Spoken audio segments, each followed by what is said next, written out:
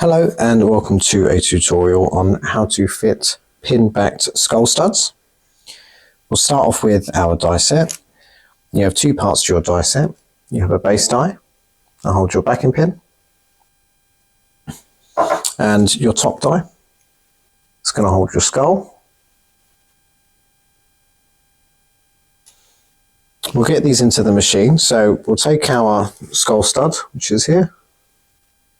There's the back.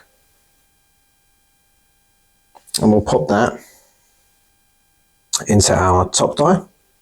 That just pushes in.